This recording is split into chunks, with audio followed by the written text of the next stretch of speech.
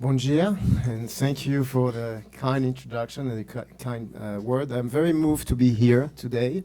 It is for me a very I'm honored to be part of this event organized by the foundation. I was actually had the opportunity to meet President Cardoso when he received from the Tel Aviv University the Doctor Honoris Causa, but I'm very moved to have this book translated in Portuguese. I would like to before we start, to thank the two people that helped a lot in having this book prepared in Portuguese. So I want to thank Regina, that has been co-author of the book, and that has also given a Brazilian flavor to the book. So really, obrigado. I appreciate very much your support. And also George Lagman, that has been supporting us to make this book published here. So thank you very much, both of you.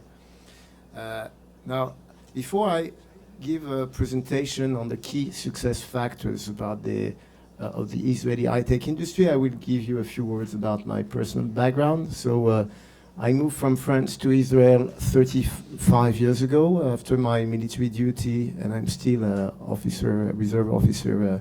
I was for many years spokesperson of the army, but also I'm still handling a unit which is managing negotiation in crisis situation and hostage situation.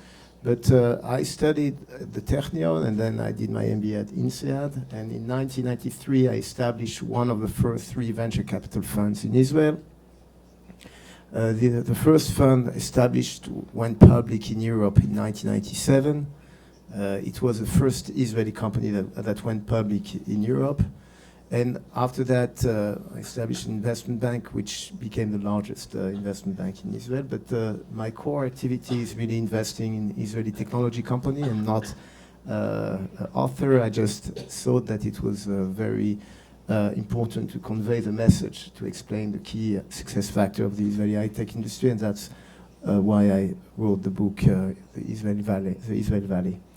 Now, regarding the presentation, I will focus on the macroeconomics of Israel and the key element that favor the growth of the high-tech industry. But then I'll be happy to answer any question, more practical maybe, regarding our experience as investors and how the challenges we face, and also maybe we can elaborate on what the potential in developing a relationship between Israel and Brazil in the context of the high-tech sector. So regarding I would say the key macroeconomic figures, you know, it's a tiny country. Israel is a country of 8.5 million people. It has been part of the OECD recently, but over the last 20 years, we have had a growth of about 4% per year.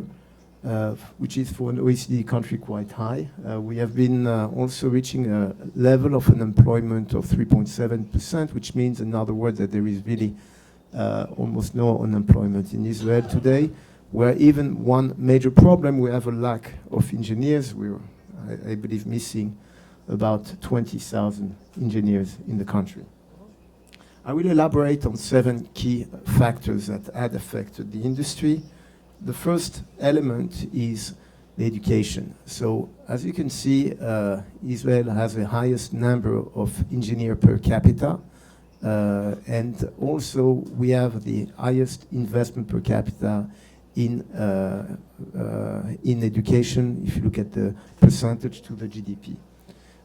What is also very special in the educational system is a relationship, very close relationship, that we have between the university and the industry. If most of the major universities were established before even the creation of the State of Israel, you mentioned Einstein, so actually he came for the opening of the Technion and the Hebrew University back in 1925 or 24.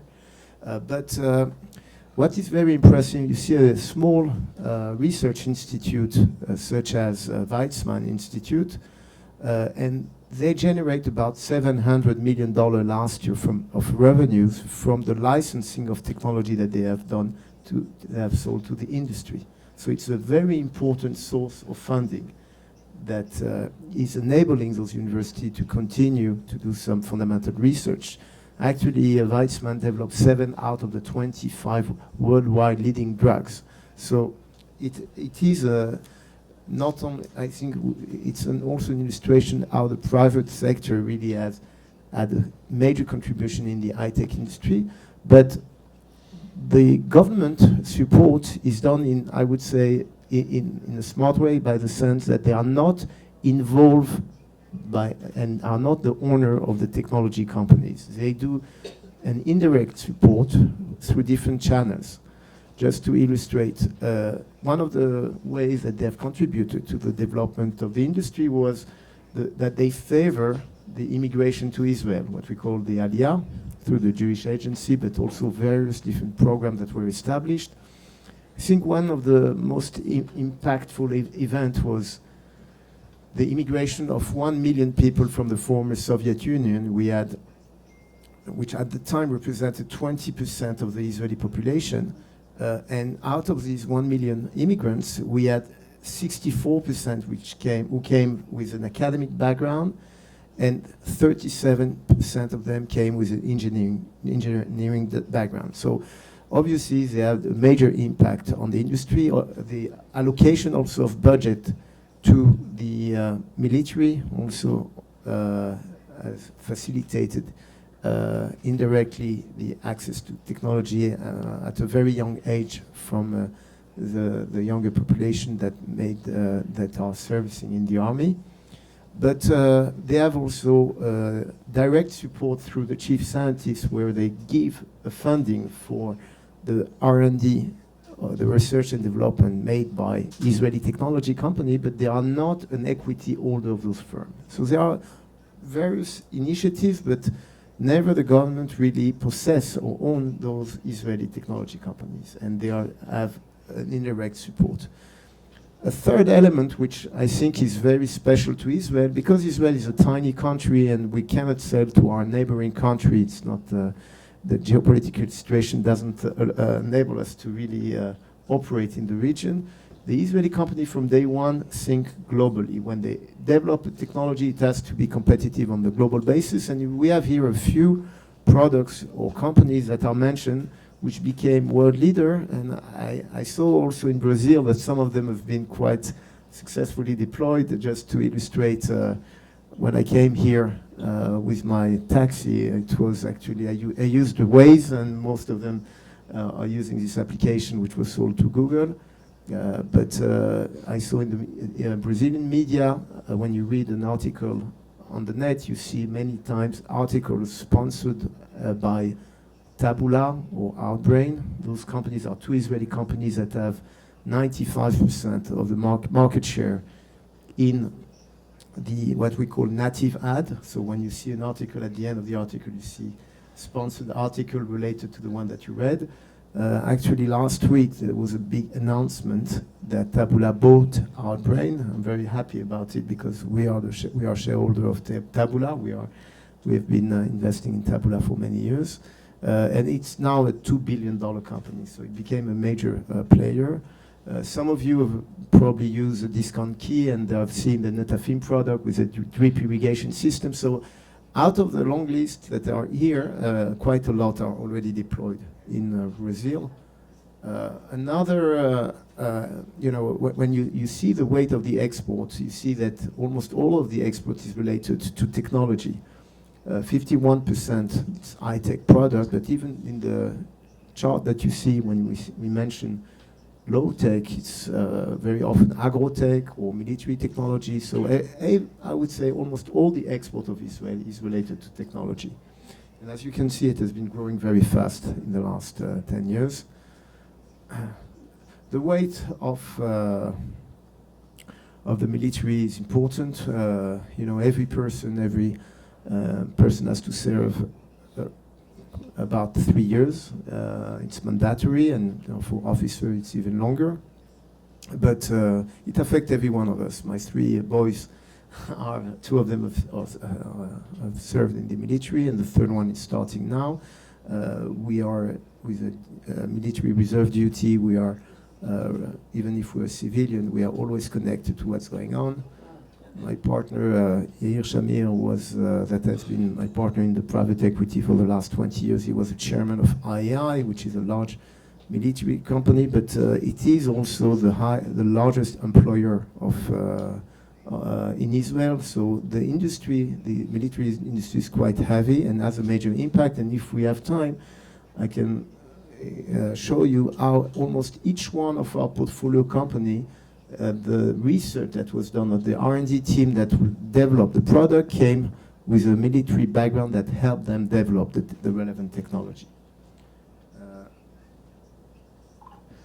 Maybe regarding the military, what is important, I think, is the state of mind of the entrepreneurs, because they have at very young age a huge responsibility towards their soldiers, and they have exposed to state-of-the-art technology tools at a very young age.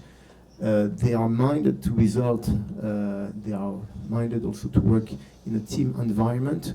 So I think those elements have a major impact on the state of mind of the entrepreneurs when they quit the military and they create their own startup. Now, the role of the venture capital, this is something that has been an amazing success story. When I started my first fund, we were only 3 venture funds in Israel. Now we are 380 venture funds. There have been last year $7.5 billion deployed by venture funds into the Israeli high-tech industry. It's the number 2 in absolute number in the world after the US. And it's number 1 per capita. In some sectors, for example, in the medtech, it's half of what is invested all over Europe put together. So obviously for a small country like Israel, it has a lot of meaning. There are sectors where we have a leadership, like cybersecurity, now auto tech companies, some biotech sectors. So we have really been blessed with this venture industry.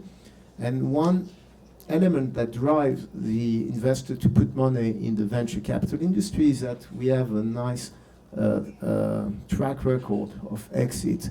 If you look at Israeli companies, we are number 1 in number of foreign companies on the NASDAQ. You have 316 Israeli companies that went public in the US. And people are less familiar, but we have more than 100 companies that went public in Europe. I was lucky that the first company that went in Europe was mine, but after that, we see many companies went public in the UK, in Germany, in France, and other places. So the raising of capital has been done through the public market and create liquidity for the investors in the fund. But the main way to get the exit done is through M&A, through merger and acquisitions. For many, many years, the Americans were really the leading players in Israel in terms of acquiring technology companies. Some of them have been doing their shopping of technology regularly. The most active one is probably Intel, but Cisco, IBM, Google, Microsoft, all of those guys have been very, very active for many, many years. We put in red some of our portfolio companies that were acquired over the years, and we have seen the American players very active, but there is a very interesting phenomenon in the last 7 years.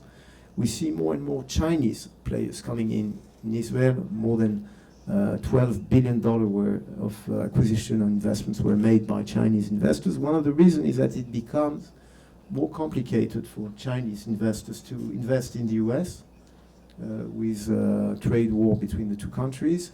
And Israel is a very interesting source, an alternative source of technology for the Chinese market.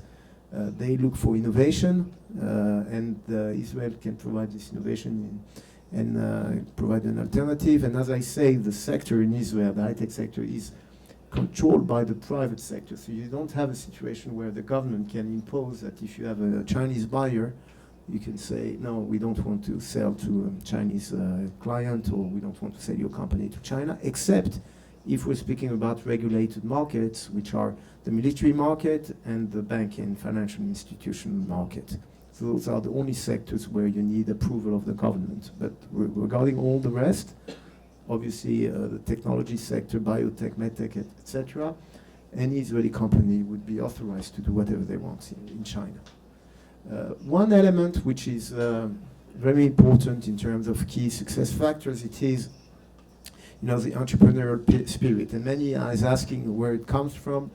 Many of you know the word chutzpah, how the Israeli there. And I think there is many reasons for that. But one of them is probably the Jewish education. There are, values that we are exposed to at a very young age in the Jewish education.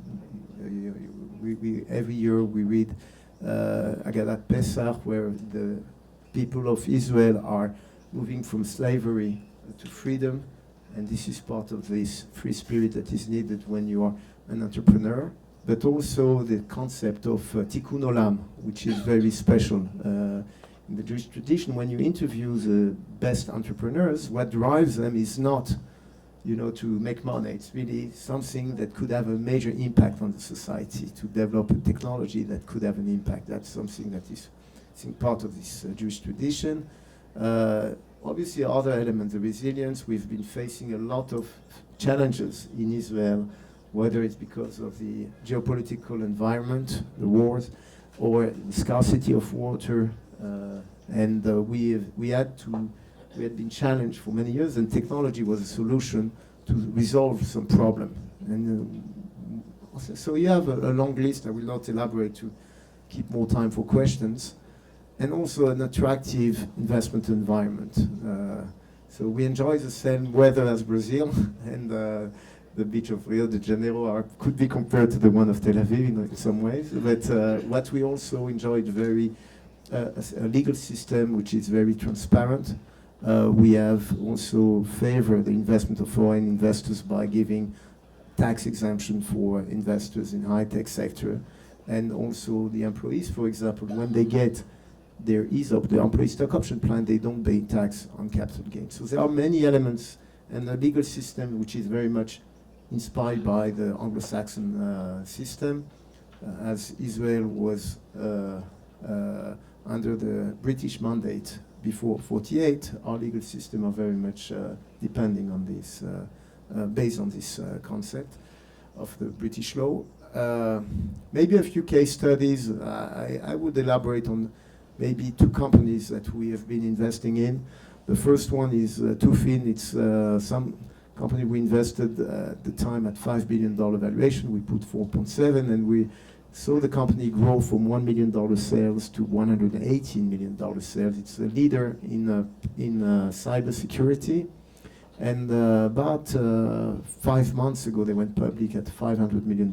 They even reached recently $1 billion. So we saw how a small company with 5 people when we invested became a world leader, and what you had to do to turn to become such a leader. I think if you have any question, I'll be happy to elaborate. But there is another case study which is very special to us. It's Mobileye. We were the only venture fund that invested in Mobileye from Israel. We invested back in 2011.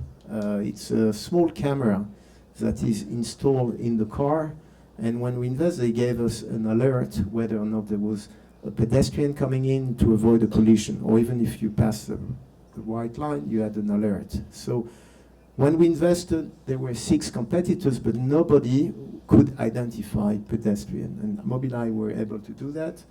I think that you have 300 engineers in Jerusalem there, that most of them came from the unit 8200, and there is a lot of know-how how to identify people in the technology and algorithm developed for the missile industry in Israel.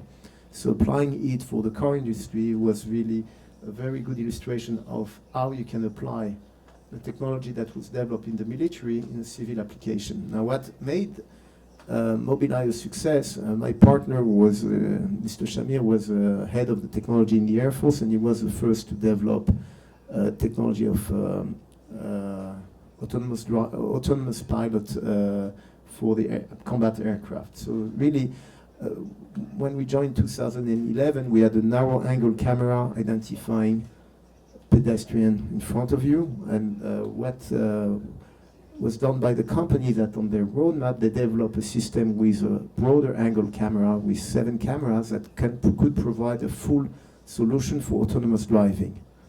They were the first mover capable to do that. Eventually, they have today 60% market share.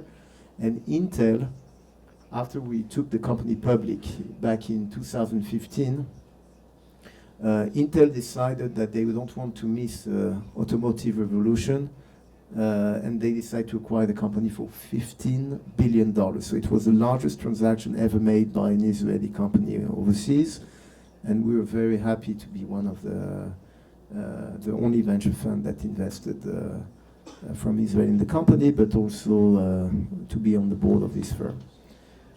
We have other examples, but I suggest that in order to keep you awake, maybe the best would be to answer your questions, and I'll be happy to hear your questions. Thank you very much. Obrigado. Obrigado.